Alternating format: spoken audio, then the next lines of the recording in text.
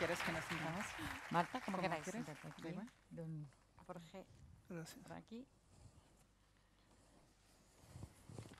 Bueno, nos encontramos ante dos personas francamente deslumbrantes. Marta Bertolaso, yo creo que es a la vez hija y madre de la medicina translacional, ¿no? Bueno, me ocupo esa- también, de esa, entre otros. que es tan necesaria de ese concepto que tampoco es tan antiguo, que llevamos hablando de la importancia de esa aplicación, o sea, para la medicina, la salud, el cuidado de la salud, el cuidado del enfermo no tiene ningún futuro si no empezamos por ocuparnos por cómo es el sistema, el funcionamiento, funcionamiento básico de los... Y en su complejidad. Y la complejidad de estos funcionamientos.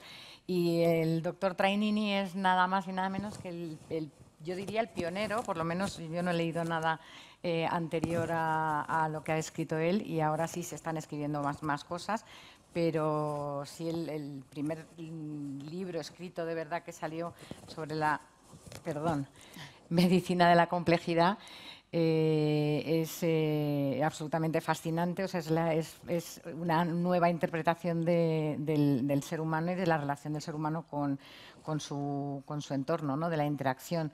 Es hablar un poco de que el hombre es el único animal, o lo que nos diferencia del resto de animales es nuestra capacidad de reflexionar sobre el mundo y al mismo tiempo de modificarlo y por lo tanto hacerlo mucho más complejo. Entonces, con estas dos figuras de la ciencia, pues me gustaría que tuviéramos una pequeña conversación, pero sobre todo que deje de hablar yo y empecéis a hablar vosotros. Vale, empezamos con Jorge. ¿Cómo surgió? Si fue una intuición o fue una conversación, o ¿cómo empezaste a pensar en... no hay enfermedades sino enfermos, no hay enfermedades sino enfermos, no podemos hablar de un individuo si no hablamos del individuo dentro de su complejidad? ¿Cómo se te ocurrió hacer toda esta teoría de la medicina de la complejidad? En estos minutos que tenemos debemos dejar sentados conceptos claros y no indeterminados, equívocos.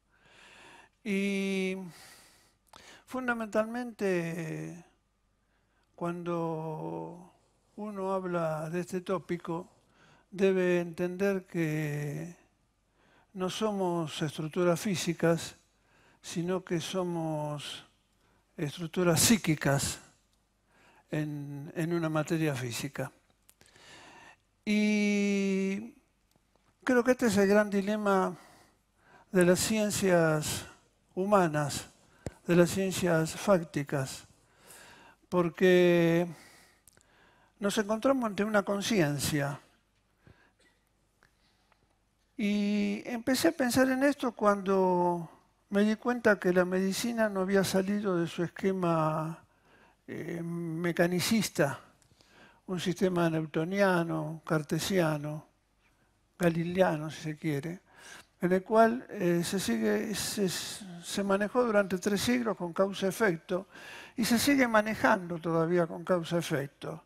Ha incorporado algo que es la probabilidad, pero resumiendo, pudimos pasar de una medicina clásica, mecánica, pudimos pasar a una medicina de la probabilidad a través de un esfuerzo enorme y de un avance de todo el resto de la ciencia.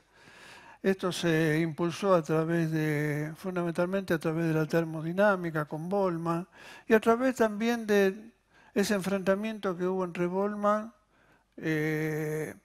y Darwin en relación a la flecha del tiempo y a los procesos reversibles o irreversibles, y desemboca con una playa de ciencia que incluye la filosofía, incluye la sociología, incluye la psicología, no solamente a la mecánica cuántica, a la física cuántica, en la cual se introduce la aleatoriedad del universo Y se llega a un concepto de probabilidad, que ya había establecido eso, había sido establecido por Boltzmann hacia 1860 y que lo llevó al suicidio, porque se enfrentó con todo un paradigma difícil de romper sobre que los procesos físicos eran reversibles. Y se pasó a la probabilidad, pero la probabilidad no alcanza en las ciencias humanas. No, es decir, hay que llegar a la pregunta, ¿qué es el hombre? Que es lo que se preguntaba Kant. Y cuando uno se pregunta qué es el hombre es una conciencia. Es una conciencia y la existencia debe ser un acto moral. Y eso está dentro de una estructura física. Bien, nos hemos ocupado nosotros de las estructuras físicas y nos hemos ocupado de lo que puede, si colocamos en un platillo todo el universo, en el otro platillo lo que compensa eso es la conciencia humana que pueda adjetivar al universo íntegro. Y entonces, terminando la medicina, eso motivó, bueno, toda una evolución de pensamiento y de desarrollo y de practicabilidad dentro de la medicina, porque hay que llevarlo al paciente, hay que llevarlo todos estos elementos de la complejidad, la singularidad del paciente. Y hoy la medicina está siendo concisos y contundentes, está en un problema epistemológico porque los procesos de sistematización de la medicina se han alejado de esa singularidad que tiene el paciente. Segundo, ha desconocido lo que es el factor humano. El factor humano que es inherente es decir, cada uno de nosotros, tanto en salud como en enfermedad, obedecemos una serie de procesos emocionales, psíquicos, cualitativos, que no toman en cuenta la medicina habitualmente. Y el tercer punto que es necesario evolucionar es la inflexión, es el entrelazamiento en el cual estamos insertos en todo el universo y en el cual ha colaborado, sí, en esto mucho todo lo que es lo cuántico, como por ejemplo el teorema de Bell. Concluyo. Bien. ¿Y cree que estamos a tiempo de llevar de introducir esa nueva medicina y ser capaces de alcanzar un concepto más holístico de lo que significa el ser humano? Tengo una experiencia bastante amplia en esto porque he tratado desde hace decenas de años insertar esto dentro de la práctica diaria. Me parece que se necesita cambiar los currículos de formación de las ciencias humanas, en lo cual el médico se ha alejado y uno nombra algo que parece que está estigmatizado, porque la filosofía que se fue estableciendo de pronto se estigmatizó en un punto que quedó aislada. Y es lo que hay que hacer translacionalmente, hay que incorporar a las ciencias humanas la filosofía, la física, incorporar todo eso. Y esto no es circunstancial que a partir del siglo XX se haya hecho una movilización de todas estas ciencias y la medicina ha permanecido al margen de toda esa evolución filosófica. En lo que quiera o no quiera, yo recién lo escuchaba a Ignacio, y en relación a lo emergente de la vida, y si Kant decía que había tres palabras que no tenían definición, que eran libertad, Dios e inmortalidad. Yo creo que yo las cambié con toda la humildad que puede tener mi pensamiento y creo que hay tres circunstancias que nos define gran parte de lo que somos como existentes y es las palabras o los conceptos de origen, fin y nada. Creo que esas tres palabras tienen un curso en nuestro subconsciente que hace que oscilemos muchas veces entre la salud y la enfermedad. ¿Fin en el sentido de final o en el sentido de finalidad? No, en el sentido de fin. No, para los conceptos de origen, fin y nada son absolutamente indemostrables con cualquier tipo de significado que queremos darle. Sí, es meternos nos podría llevar al suicidio, como le pasó. Exactamente. A intentar, Luis. intentar solucionar ese tipo de preguntas. Es una forma de, o sea, cómo hemos pasado de la singularidad o cómo estamos intentando pasar de la singularidad a la complejidad, cuando en realidad el objetivo es pasar de la complejidad a la singularidad. Esa es una de las... Que hay una retroalimentación permanente. Yo creo que yo en este periplo de este cambio, que para mí arranca hacia 1860 con Boltzmann y un siglo más tarde prácticamente encuentra un gran significado todo ese siglo de trabajo con la teoría de las estructuras disipativas. Lo cual, cuando uno profundiza a Prigogine o a Isabel Stengers, se da cuenta de que la física que proponen ya no es una física puramente material, sino una física que se entrelaza con la conciencia humana, por eso hablan de una física espiritual. Todo está, somos organismos individuales con una conciencia. Esa conciencia que tenemos evolutivamente digamos, tiene conceptos mucho más claros sobre el universo que el resto de las conciencias en esa evolución que fue desde el ser al ser hombre y hasta el ser hombre. Tiene una evolución fantástica. Y eso nos hace también trágicos, porque sabemos que la vida tal cual la definimos está dentro de esa conciencia que conservamos. Pero parece ser que pertenecemos a sistemas mucho más grandes, y en ese sistema mucho más grandes está la eternidad. La eternidad está en la transformación. Dios mío. ¿La eternidad está o es la transformación? Es transformación. La eternidad nuestra está en la transformación. Vale. Se nos pone complejo el tema. A mí siempre me gusta explicar un poco el discurso del doctor Trainin, es siempre tan enriquecedor, y a mí me gusta intentar hacerlo más de andar por casa, y explicar un poquito cómo es mi punto de vista de la complejidad, o de la medicina de la complejidad, pensando en algo que no es medicina, ni es aparentemente complejidad. Es una cosa que, independientemente de a qué se dedique cada persona que están aquí, que hay médicos, físicos, matemáticos, o sea, personas que se dedican a cosas absolutamente diferentes, pero hay una cosa que todos, el 100% de los que estamos aquí, compartimos, que es, aparte de ser personas, es que pagamos el IVA. Entonces, en la medicina de la complejidad es un poco intentar expresarlo de esa forma. O sea, el IVA es un impuesto que no tiene nada que ver con esto, pero sí es el valor añadido. Y ahí es donde radica el poder de la complejidad.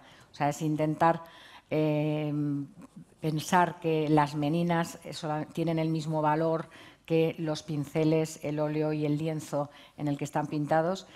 No, las meninas tienen mucho más valor que ese, es el valor añadido que le dio Velázquez, pero tiene mucho más valor que eso, es el valor de la persona que se traslada cada día o cada X días a ver el cuadro, la persona que mira el cuadro, las personas que lo observan, las moléculas de aire que están pasando en esos momentos, las emociones de las personas que lo observan, quienes lo estudian, quien viaja desde Oslo a Madrid para ver ese cuadro, ¿no?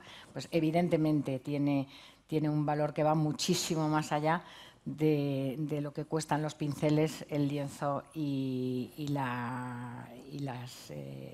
los óleos, ¿no? Ese es el valor que nosotros pretendemos, o que yo creo que la medicina de la complejidad intenta ofrecer a los que lo miramos desde fuera y con el respeto del desconocimiento. No sé, doctor Trainini, si esto puede ser un poco, simbolizar un poquito también el... Sí, simboliza, pero yo creo que la medicina, como el educador o el sacerdote, se enfrentan a una conciencia particular, y es la que tenemos enfrente en determinado momento. Y entonces ahí necesitamos todo el conocimiento necesario, no solamente conocimiento necesario, sino comprender el valor de la conciencia en los procesos de salud o enfermedad, sino saber que la integridad no pasa por el desorden físico del paciente solamente, sino que pasa por su psiquis, su entorno. El paciente responde de acuerdo a una concepción que nosotros debemos interpretarla, incluso debemos tener la facultad del lenguaje para poder entendernos con el paciente. Y esto que parece trivial no lo es, porque de pronto se pertenecen a espacios diferentes, a culturas diferentes, a formaciones diferentes, y es necesario esa horizontalidad con el paciente. Yo en esto tengo una anécdota fantástica, que vamos al principio de su pregunta que usted me hizo, y es que yo soy de base cardiocirujano y operábamos en un instituto importante 2 corazones por día, ¿no? Y durante años. Y un día me planté y dije, yo no puedo operar 2 corazones por día, yo me debo al paciente desde que se duerme hasta que se despierta. Y teniendo esa concepción de una inflexión, entrelazamiento con el paciente desde su hábitat, desde su entorno, desde su psiquis, es decir, empecé a ver que los resultados mejoraban espectacularmente. Cuando el enfermo me veía cuando se dormía en la sala de operaciones y cuando se despertaba en recuperación y sabía que yo estaba a su lado, era como el amigo, esa conciencia. Así que los factores emocionales, psíquicos, los factores ambientales, afectivos, juegan una importancia fundamental en el proceso de salud y enfermedad. No lo conocemos porque esto es cualitativo, la medicina tiende a ser cuantitativa porque los sistemas económicos también tienden a eso. Y estos son cosas difíciles de medir y son cosas difíciles de costear. Se nos complica la cosa. Ahí ya sí que tenemos que contar con otras disciplinas que nos ayuden a gestionar esto, ¿no? A los médicos normalmente se nos va. Hipócrates decía que el enfermo debía ser un amigo.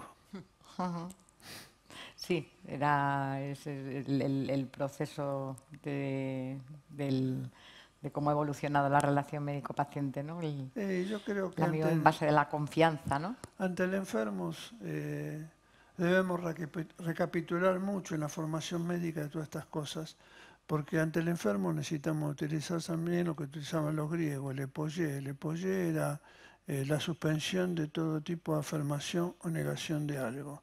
Es decir, debemos usar todo el conocimiento, pero tener ese minuto de reflexión, de no creer las cosas ni negativas ni positivas, sino suspensión del juicio para poder introducirnos en el paciente. No olvidemos que el paciente, sobre todo los pacientes cuando están con una dolencia importante, pasan por diferentes etapas. La primera etapa es ¿por qué me tocó a mí? Nos preguntamos todo. La segunda etapa es ¿no será un error de diagnóstico? La tercera etapa entramos en una esperanza. Pero después el enfermo se cae a medida que pasa el tiempo y entra en una especie de estado de desesperación.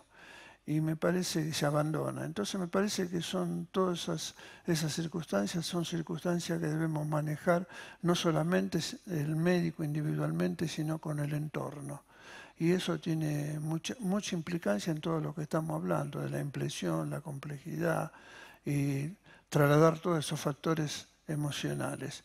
Hemos avanzado mucho en lo material, hemos esperado, como decía un autor importante, ¿no?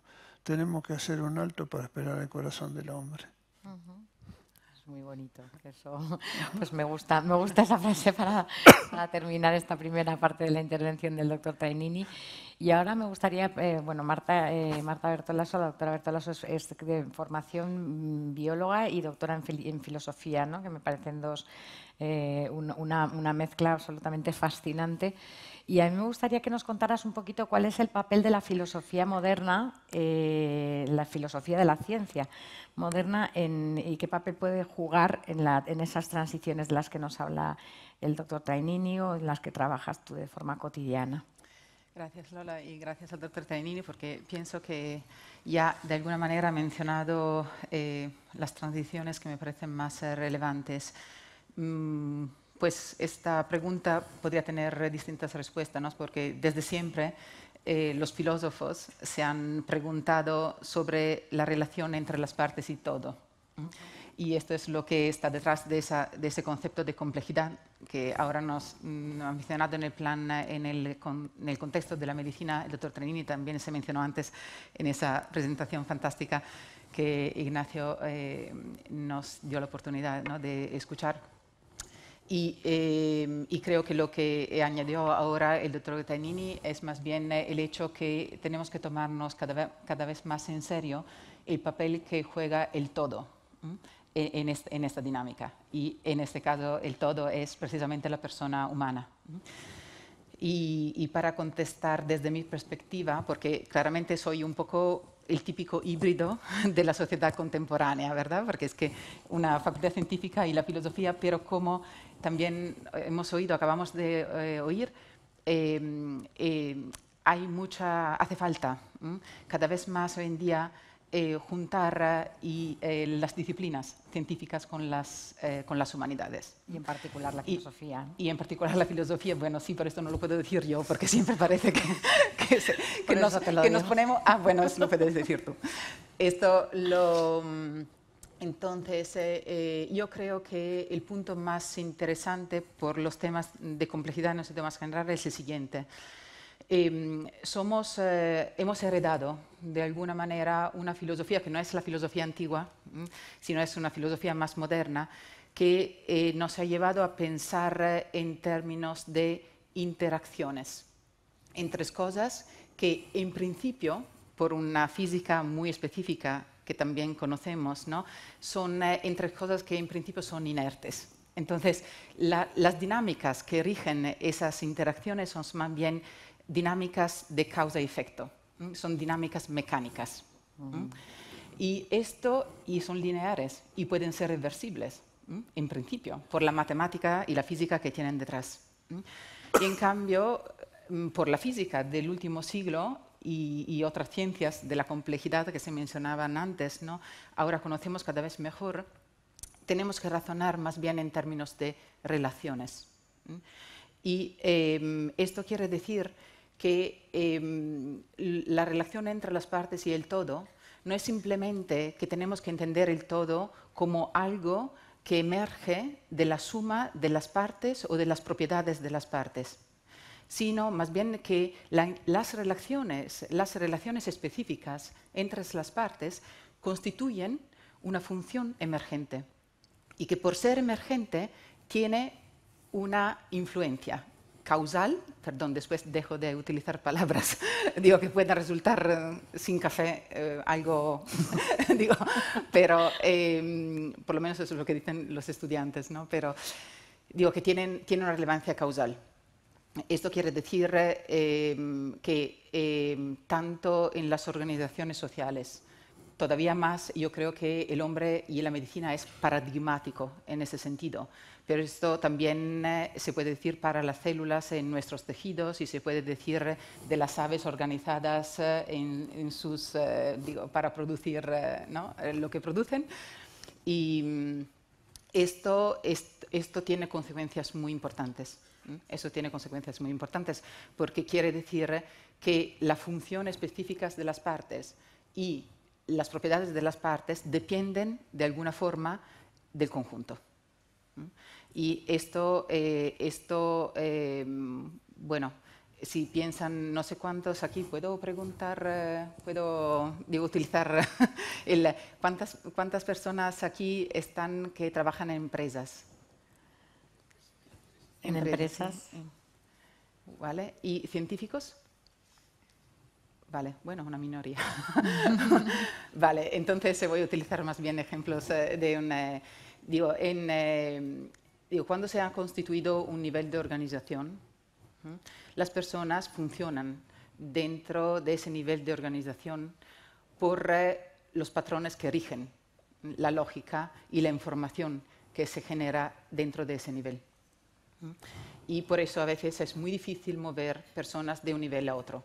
Lo mismo pasa en nuestro cuerpo y en las medicinas de las enfermedades crónicas o de las enfermedades complejas, por ejemplo el cáncer, que es el que conozco mejor, y que es lo que conozco mejor, pero también muchas enfermedades neurológicas, como por ejemplo el Alzheimer.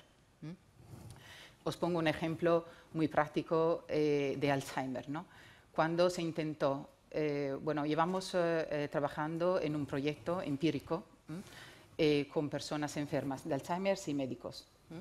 Y los médicos tenían muchos datos de los baremos que se pueden medir dentro de distintas áreas del cerebro con respecto al metabolismo de las distintas áreas del cerebro. Y nos pidieron, desde una perspectiva integrada, holística, de sistemas, estudiar esos datos.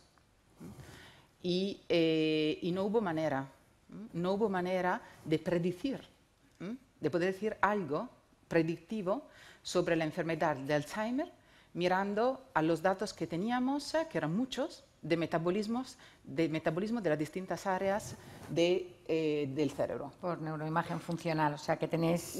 Todo, teníamos imágenes de ese tipo, pero también teníamos medidas de metabolismo, de producción, sí, sobre todo de producción, de distintas proteínas. O sea, teniendo toda una serie de datos de diferentes...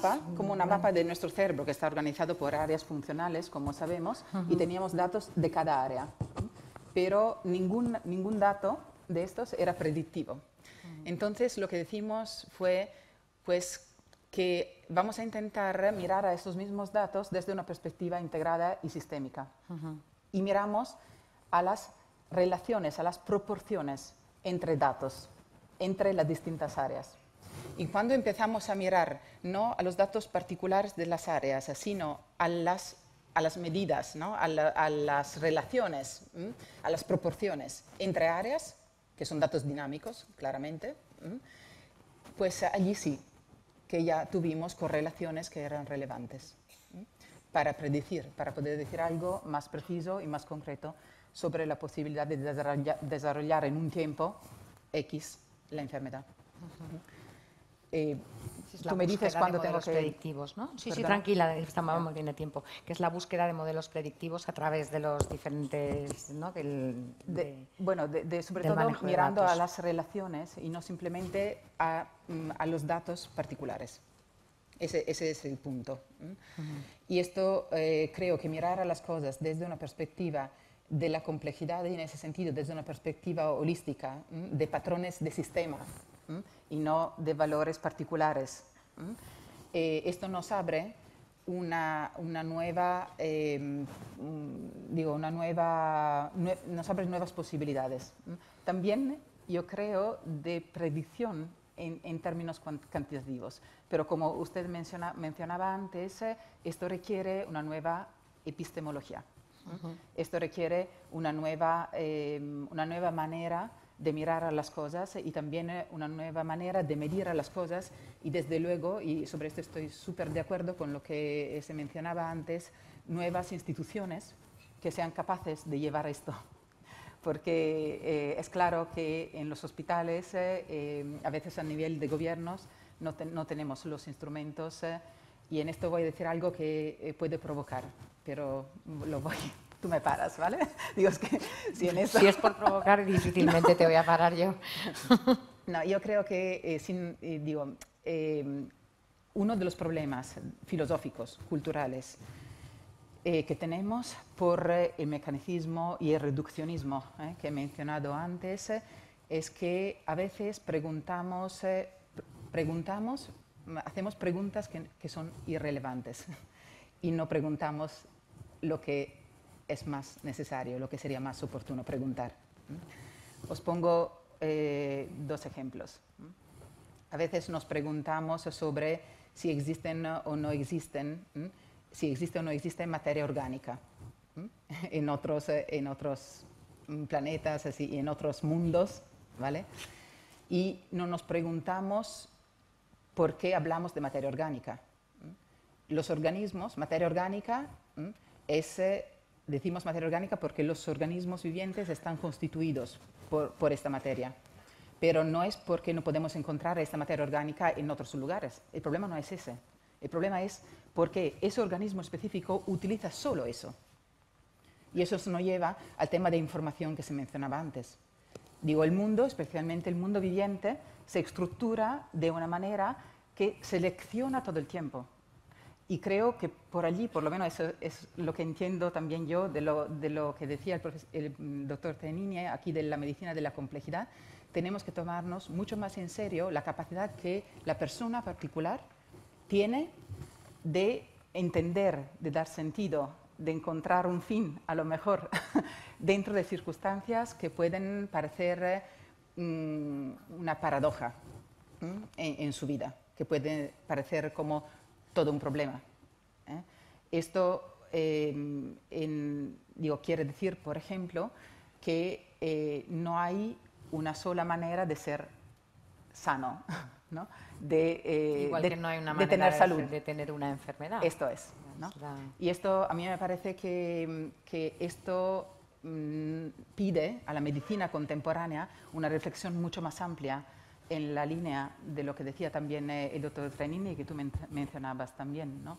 Porque estoy muy segura que aquí estamos algunos que desde un punto de vista de la objetividad de nuestra salud estamos muy bien, pero nos encontramos fatal, ¿vale?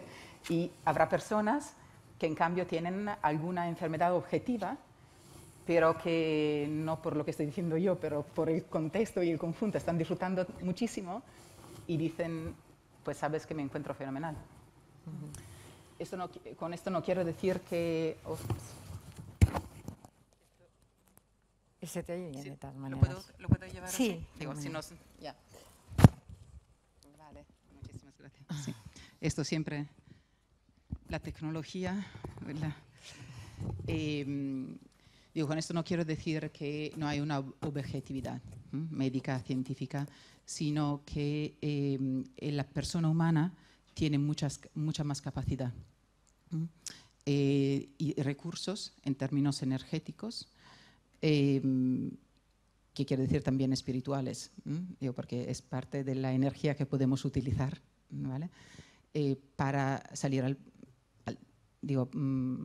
para encontrar una respuesta, ¿no? Para encontrar una síntesis, para encontrar un sentido a situaciones de las que pueden depender muchas cosas y muchos factores también en la medicina, en una enfermedad concreta. Aquí tendría ejemplos en el cáncer, claramente, que a lo mejor muchos otros aquí tienen, pero no sé si quieres, sí, no quiero alargarme, sino... Sí, todavía tenemos algo de tiempo, si quieres. Sí, porque sí, yo creo que resultaría interesante el campo específico en el que trabajas es en la aplicación en el cáncer, ¿no? O sea, todo lo que estás comentando parece muy, por ejemplo, en psiquiatría, que es el campo en el que trabajo yo, psiquiatría y neuropsiquiatría, es muy evidente. O sea, hay gente que no tiene ninguna enfermedad mental, pero es mentalmente muy enferma y muy tóxica y muy patológica, y personas que son muy sanas pero luego de repente tienen pues una enfermedad mental, ¿no? En psiquiatría se ve muy bien.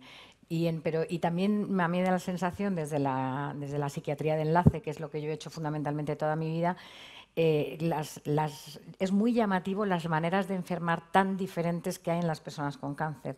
Claro. Entonces, sí me gustaría saber si hay algo de aplicación en lo que es la filosofía de la ciencia a que nos pueda alumbrar o ilustrar un poco en este sentido de cómo existen maneras tan distintas de enfermar en enfermedades que son tan... Vale, aquí muchísimas gracias, porque esto me ayuda. A ver, aquí hay otra cuestión que a mí me parece que a veces nos planteamos de una manera que no es correcta. Precisamente por lo que dices tú y mencionabas. Por ejemplo, vamos a tomar el ejemplo del cáncer, que creo que desafortunadamente muchos tenemos como algo muy cercano y muy conocido, ¿no? El cáncer ya sabemos que tiene muchas causas. ¿vale? Y que hay muchísimos factores que contribuyen al origen del cáncer y que contribuyen también a su desarrollo. Y entonces, desde el punto de vista de la complejidad, esto quiere decir que hay una multiplicidad de causas. Y cuando utilizamos estas palabras de multiplicidad, pensamos enseguida en complejidad.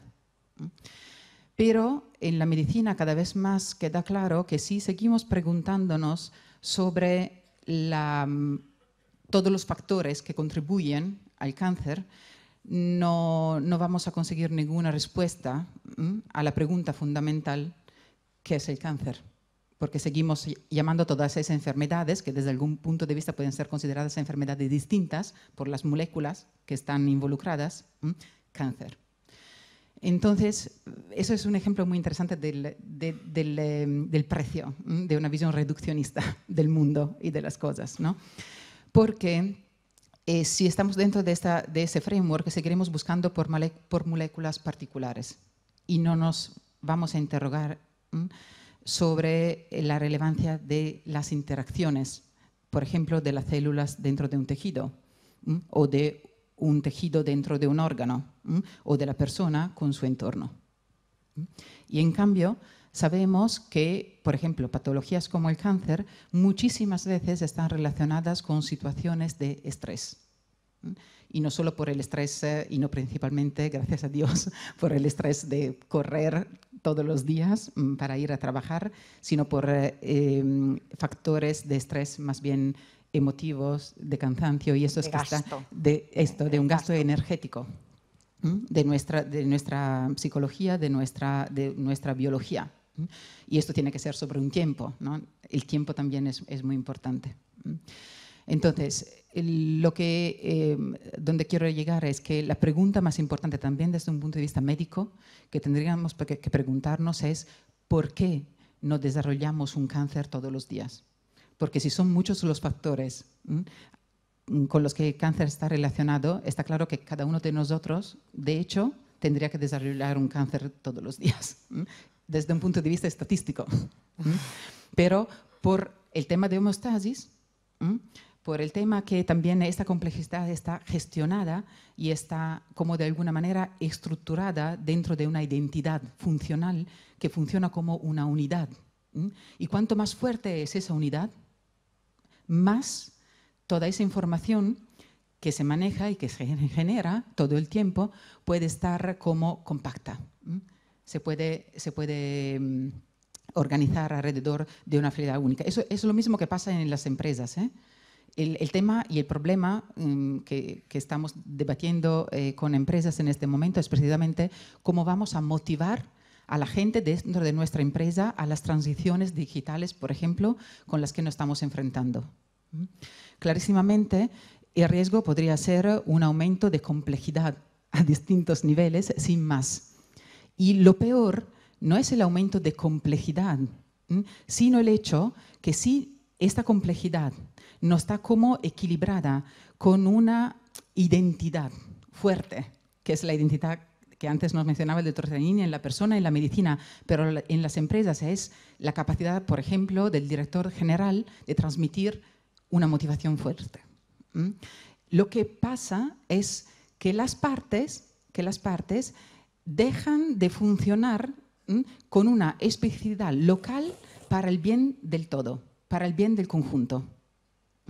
Lo que quiero decir con esto son dos cosas, que a veces el precio que tenemos que pagar de la complejidad es una homogeneización de las partes con respecto a sus funciones o sus acciones, relaciones. Y esto, en el mundo biológico, en el mundo de la vida, quiere decir una rigidez local con respecto a una finalidad global. Y esto vale para las células dentro de nuestros tejidos y es una de las razones por la que tenemos cáncer. El cáncer no es, al final, un problema de las células que hacen más cosas o que proliferan más, sino que son menos capaces de integrarse funcionalmente en el tejido. ¿Mm? Y eso mismo pasa en las empresas, eso mismo pasa en las redes sociales. ¿Mm? Y esto, ¿puedo decir una cosa más? Por supuesto. A lo que nos lleva esto es que es otro que se mencionaba también antes en la presentación que tuvimos al comienzo de esta jornada. Yo creo que si no los tomamos en serio, nos lleva también a conceptualizar, a entender de manera distinta cómo tendríamos que desarrollar estructuras capaces de manejar el care, la capacidad de cuidado. ¿Mm? Porque si el cuidado no depende tanto de las posibilidades aquí y ahora de la persona particular o de un órgano particular, sino más bien de su conjunto, de su contexto. Reforzar ese contexto pone la persona, por ejemplo, en las circunstancias mejores para sacar de sí misma las capacidades de volver a integrarse funcionalmente. ¿Mm? Y si esto no lo hacemos, claro que vamos a generar problemas. Bueno, esto es lo mismo que pasa con los chicos cuando manejan demasiado las redes sociales, ¿vale? Digo, porque ese proceso de homogeneización del que hablaba antes me parece que es una consecuencia casi lógica de este panorama. Y por el otro lado, donde vamos a crear un problema, podemos también perder una oportunidad. Y a mí me parece que esto está más bien relacionado con lo que mencionaba antes Ignacio en su presentación, y es lo siguiente. Si desde una perspectiva de complejidad, de integración holística de los sistemas, de la persona humana, de la sociedad, podemos entender de manera distinta también las personas que tienen enfermedad, las personas que consideramos distintas por X razones. Vamos a perder la posibilidad de aprender de ellos una manera distinta de estar en el mundo. Allí me parece que hay estudios también, hay estudios científicos con números. Traje uno aquí que si tenemos tiempo puedo mencionar, si no lo dejo, pero me parece, digo que hay estudios que a mí me parecen muy interesantes que ven, por ejemplo, personas enfermas de Alzheimer, personas enfermas, niños autísticos, que tienen esa enfermedad terrible y están trabajando con ellos, mirándolos no como personas que no pueden comunicar con el mundo, sino personas que tienen como un distinto acceso al mundo. Pueden utilizar lenguajes distintos, lenguajes que nosotros a veces consideramos sin más enfermedad porque es radicalmente distinto de lo que vemos y de lo que vivimos todos los días. Pero si nos quedamos en esto, la verdad es que podríamos perder una oportunidad de entender más también de nuestras mismas posibilidades como personas sanas de entrar en comunicación con los otros y con el mundo. ¿no? Son aportes completamente diferentes desde la perspectiva de la singularidad de cada uno, que siempre va a ser aportes. Y si todos fuéramos iguales, el mundo no sería mundo. Y paradójicamente, a mayor nivel de complejidad, mayor nivel de homogeneidad también, ¿no? Entonces es como si nos estamos moviendo en un mundo de paradojas que me parece muy interesante. No sé si el doctor Trainini le gustaría hacer algún comentario sobre la intervención de la doctora Bertolaso. Sí, coincido con los conceptos de la doctora y yo creo que los médicos nos enfrentamos al problema de llevar todo esto a la cabecera del paciente. Es como el gato de Schrödinger. Solamente vamos a saber si el gato está vivo o muerto al abrir la caja. Mientras tanto hay una superposición de estados, que es lo que sucede al médico en el periodo de reflexión sobre el paciente. Y hay un sinnúmero de desarrollos conceptuales que fundamentalmente parten de la física de 1920 con la mecánica cuántica y que son aplicables esto, entender que hay una transformación continua, permanente del sistema, es decir, que nosotros vamos a estar más cerca del paciente en la medida que reinterroguemos a los signos que tiene el paciente en forma permanente y no quedarnos con un estado.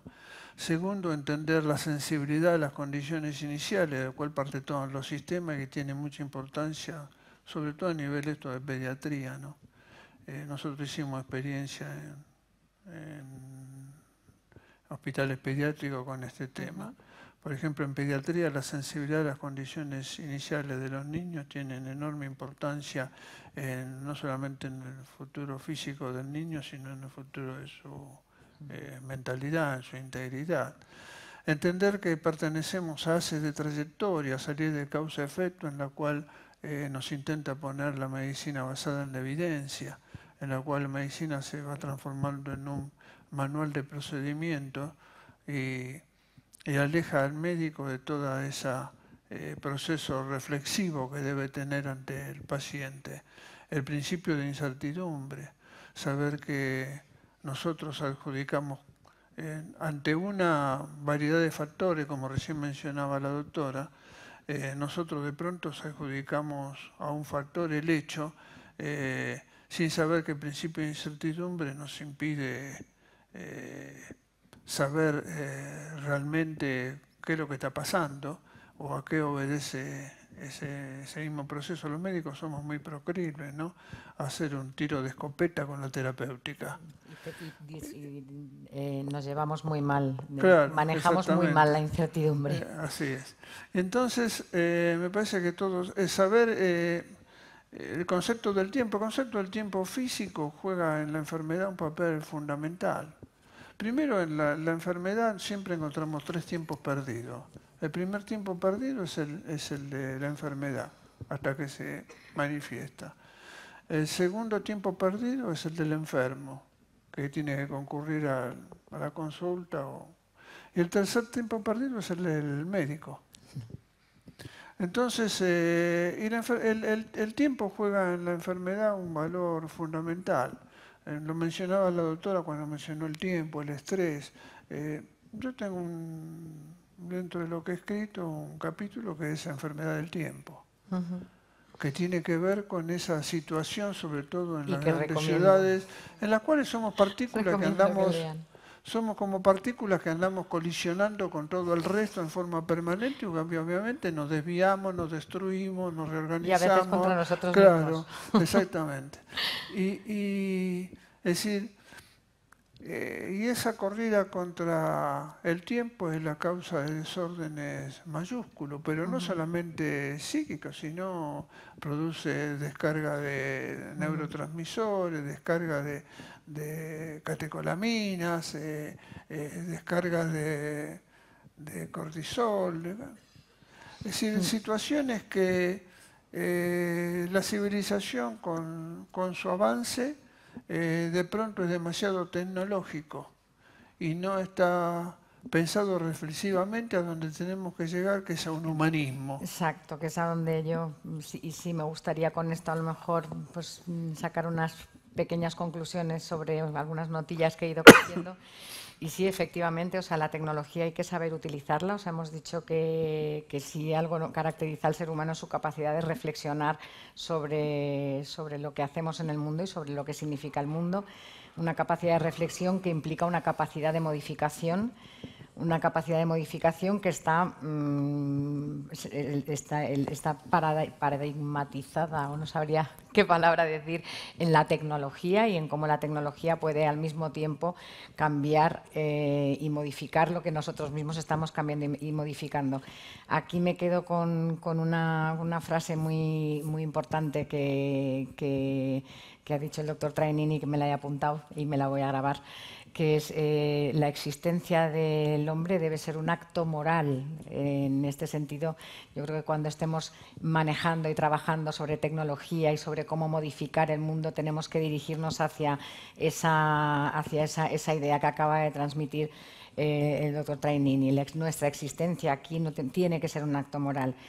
Y voy a terminar, si me lo permiten, con una frase que me parece magistral, o sea, de estas frases que de repente lees y dices, y ves la luz, ¿no? Estas frases casi epifánicas que he leído en el primer libro del doctor Trainini, de la medicina basada en la complejidad. Vamos a intentar no frivolizar, porque ahora factor humano, se habla de factor humano y ya se ve hasta marcas de ropa que se llaman factor humano. No vayamos a frivolizar sobre lo que es el factor humano. El factor humano es lo más importante que tenemos. El factor humano es la conciencia. Y dice el doctor Trainini esta frase que a mí me dejó impactada, que es, y con esto termino, sin el factor humano individual y único como es la conciencia, la medicina no tiene destino ni el enfermo consuelo. Con esto agradecer la presencia a la doctora Bertolas, al doctor Trainini y su atención con nosotros. Muchas gracias.